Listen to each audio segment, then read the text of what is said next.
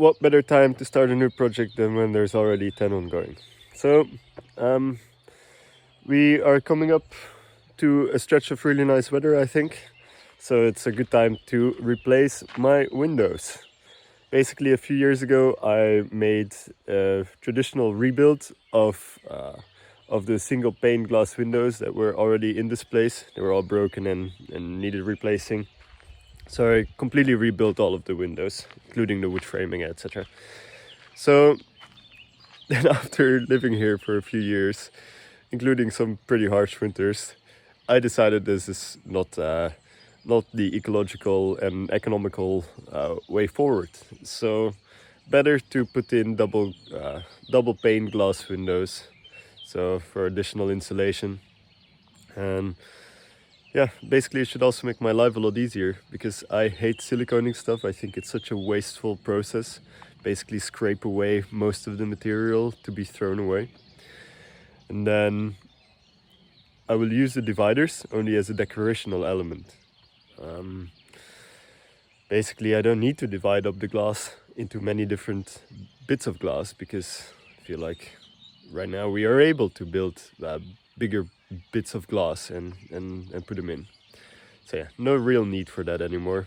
I don't think the traditional value in this case is worth the repercussions. So I got myself a nice bit of cherry wood and let's see what we can do with it.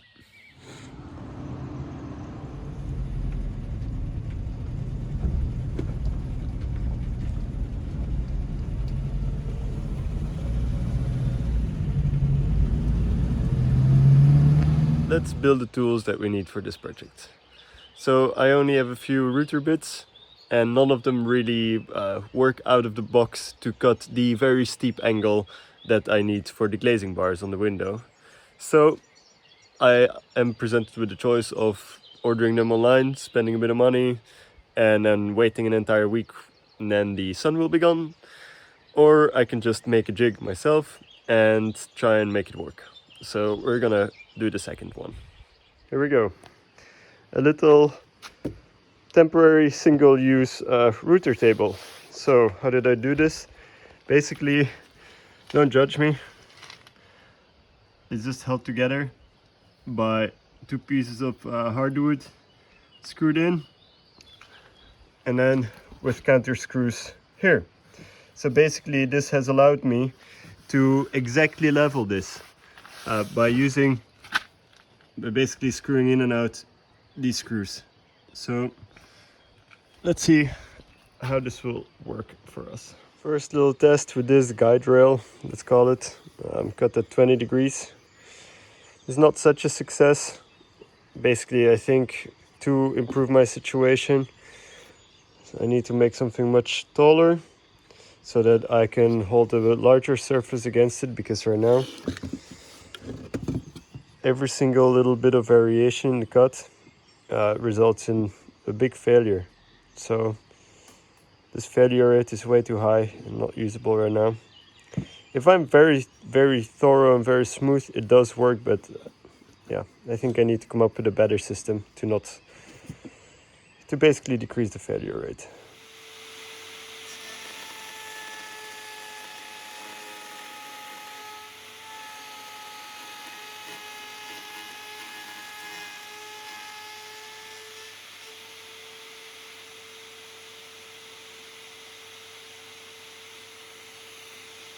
So in the end, I think my favorite result is on the table saw, because there I can just cut it both sides using the bottom as the flat base, and you know, that works fairly well. Because there's some pinching with the blade, I end up with some of these, you know, burn marks on here, but I can sand it off. My main appeal with a router was that, you know, it's like a very nice finish, but in the end, when this is sanded, it might even be nicer because it's like really straight. So I think we're gonna go with the good old table saw. Little bit of experimentation is never bad, so that's no waste of time setting up that little shitty router setup.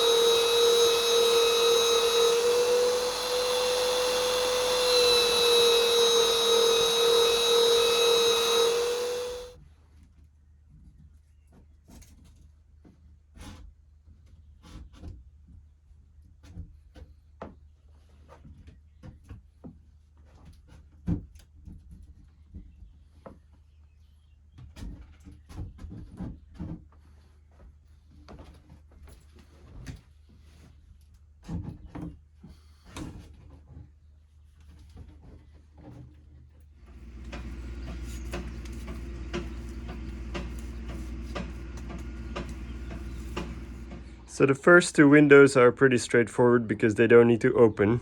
So basically we're just gonna frame glass, basically like two picture frames on either side to hold it together.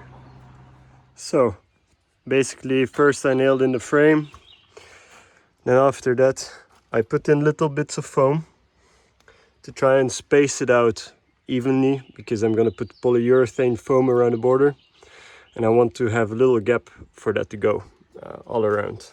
So basically now what we need to do is watch paint dry, and then I'm gonna polyurethane it, and then the next frame goes on top.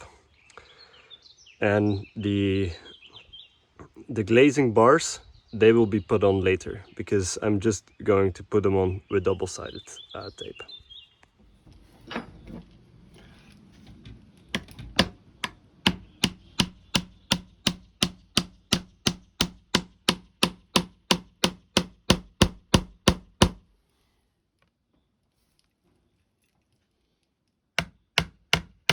Ran out of nails. €1.26 for nails and probably €4 to get to the store. Off-grid life.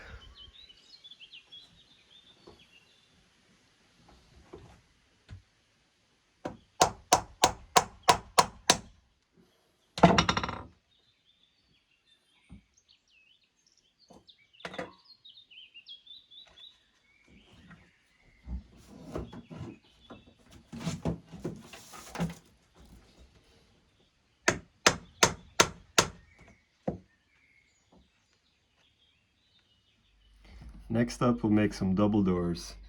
I am actually a 3D artist by trade, even though you wouldn't be able to tell from these 5-minute mock-ups here.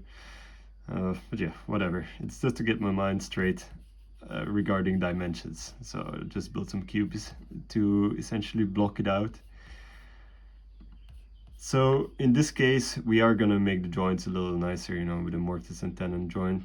And yeah, the door will open up to the outside, because right now it's opening to the inside and it's kind of blocking a lot of space inside of the kitchen. It's important to leave space for weather sealing, you know, like making it airtight so that in the winter we don't freeze inside. And therefore these mock-ups are great because it allows me to think about these things in advance.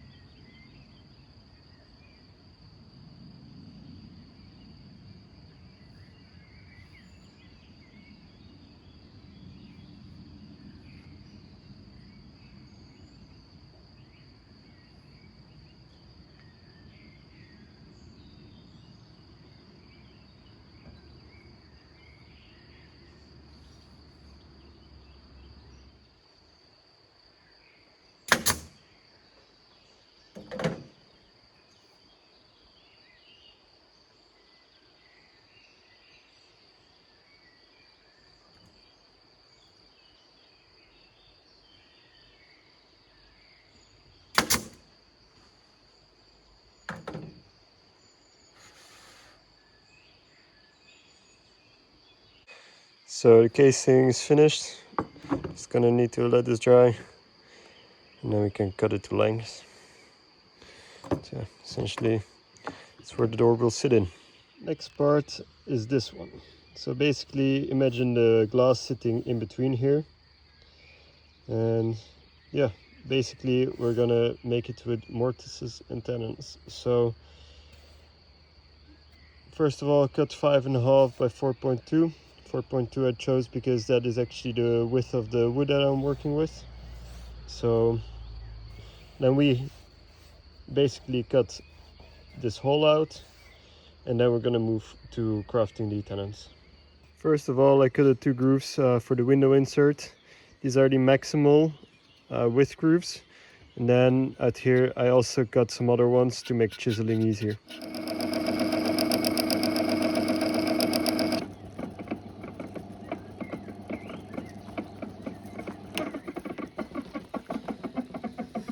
Thank you, grandfather, for this ancient Japanese tool.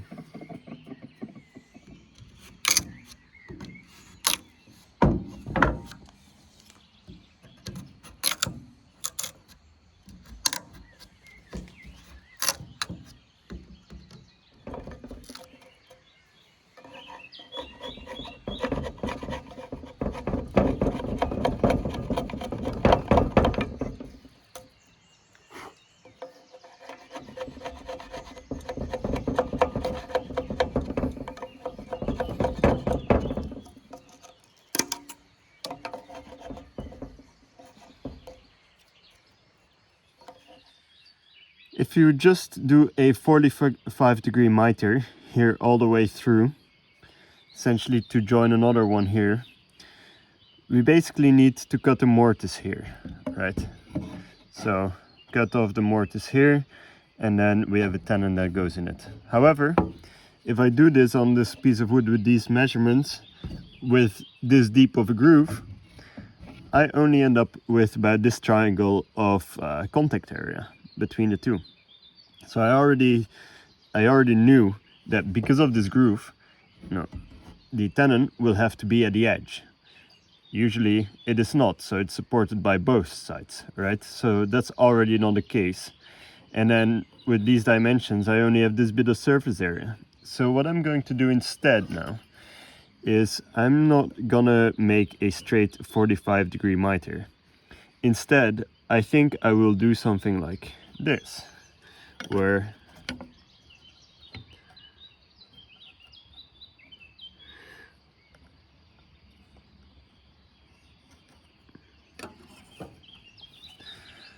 the cut will be like this, so that I have more surface area to glue, etc. So it's just to provide additional strength, and in the end I think it will look kind of nice to have this kind of cut in our door. This is what the mortises end up looking like. Basically, to cut this, I just made a little jig and slide in a table saw at 45 degrees, and I can just cut it at a correct height. Alrighty, so first test is not so great, I think. Not only did I do a pretty horrific job at fitting it, yeah, it does fit nicer than this, of course, but yeah, tolerances are a bit off. But what's more important is that I'm a little bit concerned about the structural integrity of this, because a frame with weight on it will want to do this or this, and in either scenario it's just basically this bit of surface area that that would be held together by some glue, because it's on the edge. It's not even like enclosed in here or something like that. So that is not so great, I think. So I'm gonna try out a different idea. Instead of kind of doing this traditional joining method, I think what I will do is I will just cut out a certain section in the middle, and then I'm gonna splice it with some oak or something like that. So yeah, let's see how that works and if it's any better structurally. Alrighty, next try. So I made this little jig so that I can clamp the frame per corner, and then basically cut little sections out of this frame. See? So I feel kind of much more confident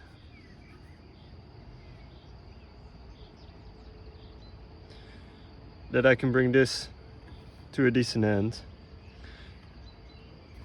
if I just chisel this out and I splice it with a thick piece of wood.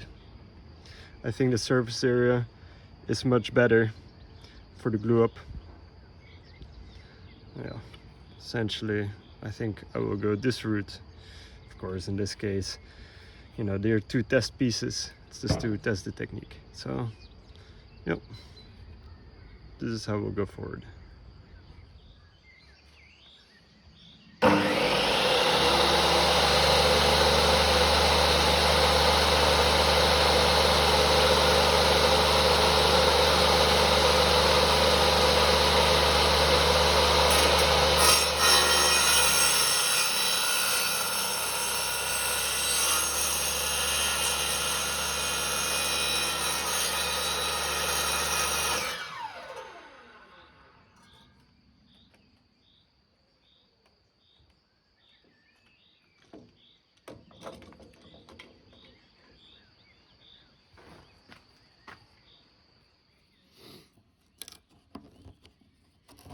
Dirty hands? What do you mean?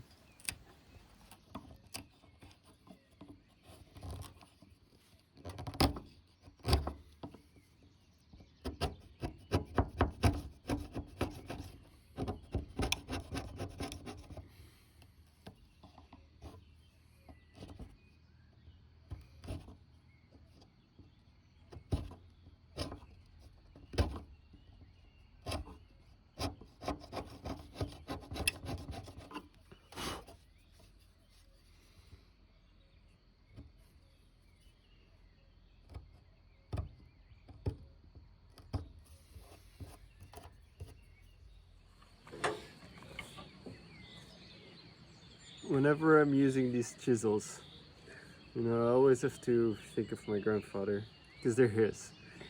The man was a wood sculptor his entire life. That's what he liked to do, you know.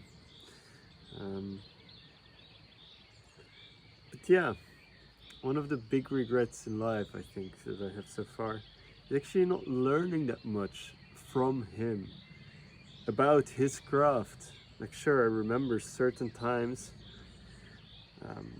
where he tried to give me a project or something like that, try to imitate him. But I just wasn't interested at the time. And I hope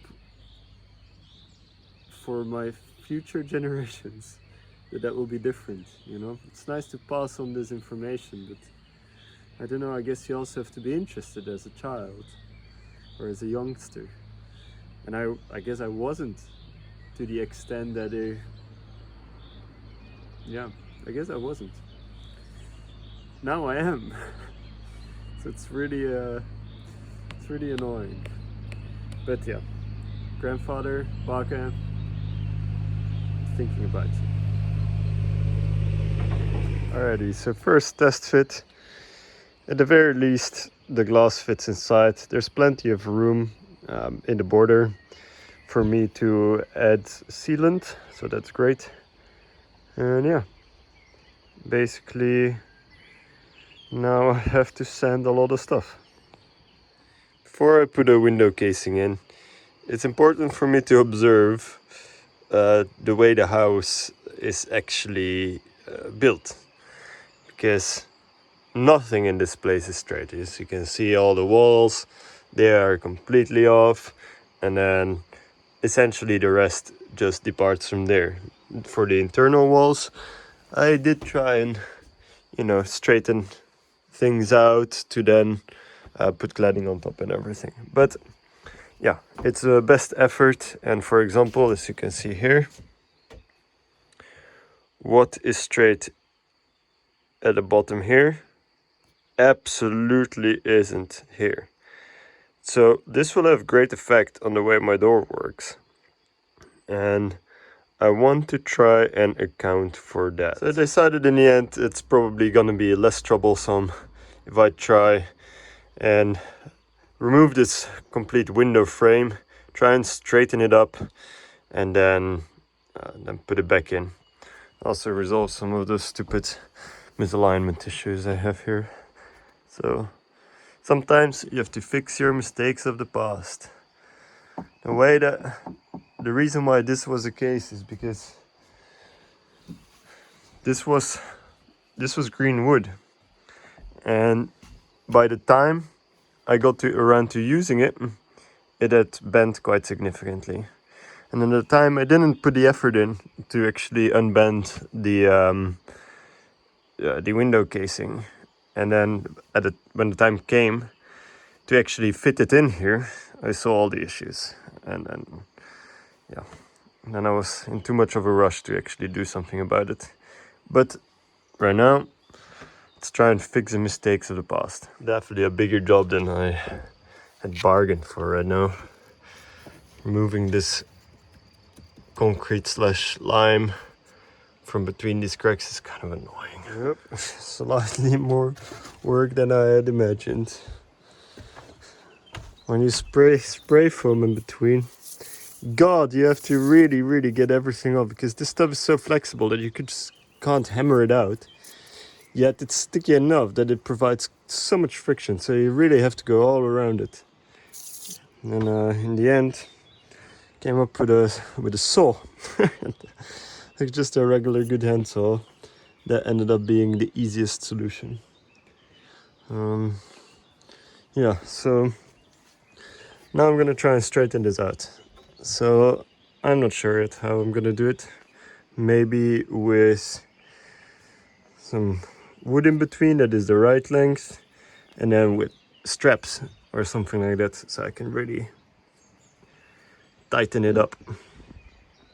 No. I'm gonna take off 1/2 centimeter on each edge to make sure I'll be able to push it back in.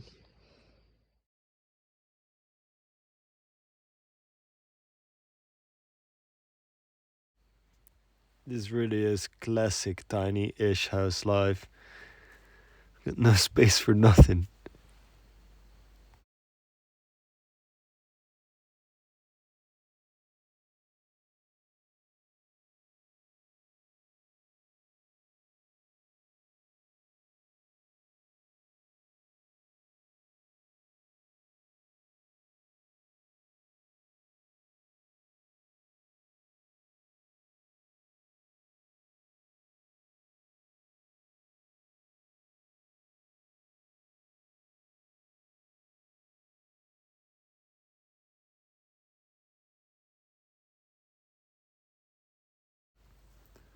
What I'm doing here is I will basically put in 2 screws, one on each corner that is already okay, so I want to keep that in place.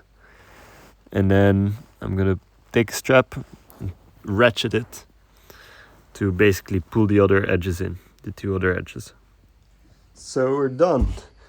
I mean, step 1, I guess, or intermediate step 1. So as you can see now,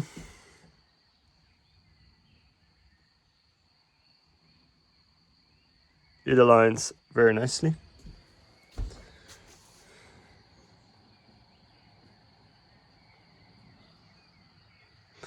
Which is exactly what we need to make the door fit nicely. So now we can get on with that. It was a lot of work doing this as an intermediate step that I did not anticipate, but I'm happy that it is done because it also solved some issues on the alignment side here, so now it all fits much nicer. Yeah. Sometimes I have to break it all down to fix some certain mistakes, but I'm happy I fixed this one. Alrighty, so I've glued it all together. Basically, the one thing I had to really make sure was that it's all square. So I measured the diagonals, made sure that they are the same.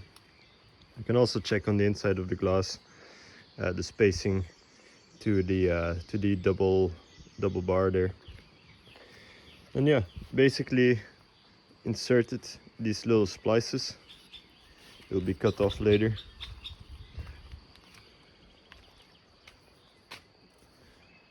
The glue up is never perfect here. It still needs to be sanded. That's why these are so important. You cannot just glue the end grains together, of course. That would not be strong enough. But with this inside, it will be plenty strong.